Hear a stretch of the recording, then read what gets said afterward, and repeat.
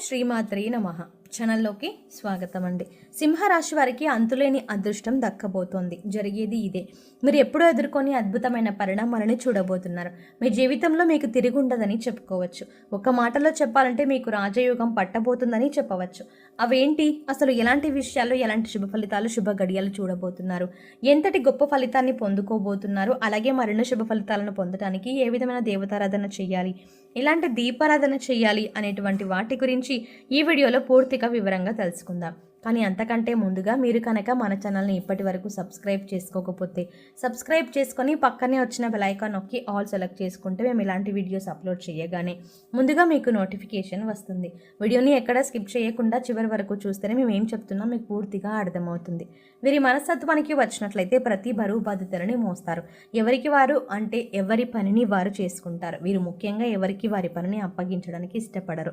ఎంతో కష్టపడి శ్రమించి వాళ్ళ పని వాళ్ళే బాధ్యతగా పూర్తి చేస్తారు.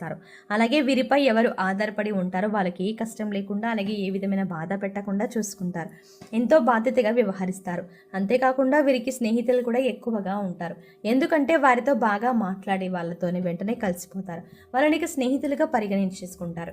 వాళ్ళ కోసం ఏమైనా చేయడానికి ముందుంటారు. ఎంతో విలువనిస్తారు. వాళ్ళకి వారి నుంచి ఎన్నో సహాయ సహకారాలు అందిస్తారు. ఇంకా ఈ రాశి వారికి జీవితంలో వారు ఊహించిన విధంగా ఎన్నో కొత్త మార్పులు జరగబోతున్నాయి. అవి ఎలాంటివి అంటారా? మిమ్మల్ని సంతోషపెట్టే విధమైనవిగా ఉంటాయి. అలాగే ఎంతో ఆనందంగా గడిపే విధంగా ఉంటాయి.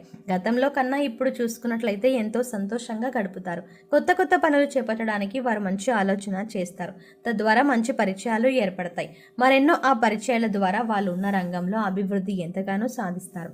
అంతేకాకుండా ఇంటికి సంబంధించి ఎప్పటి నుంచో కొనుగోలు చేయాలి అనుకునే వస్తువులని, ఖరీదైన వస్తువులని కొనుగోలు చేస్తారు. బంగారం కానివ్వండి, వెండి కానివ్వండి, లేక టీవీ కానివ్వండి, ఫ్రిడ్జ్ కానివ్వండి, తమ కోరికను తీర్చుకున్నందుకు సంతోషంగా ఉంటారు. అలాగే వీరు తమకు నచ్చిన చిన్న చిన్న సమస్యలను పట్టించుకోరు. చూసి చూడనట్టు ప్రవర్తిస్తారు.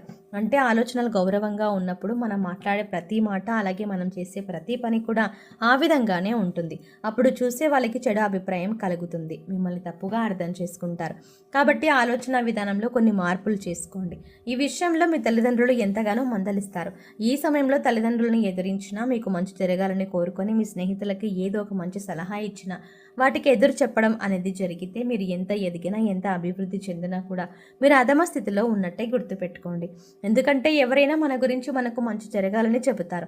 అందులో ముఖ్యంగా తల్లిదండ్రులు. కాబట్టి వారు చెప్పిన ప్రతి మాటని కొంచెం అర్థం చేసుకొని ఆచరించండి.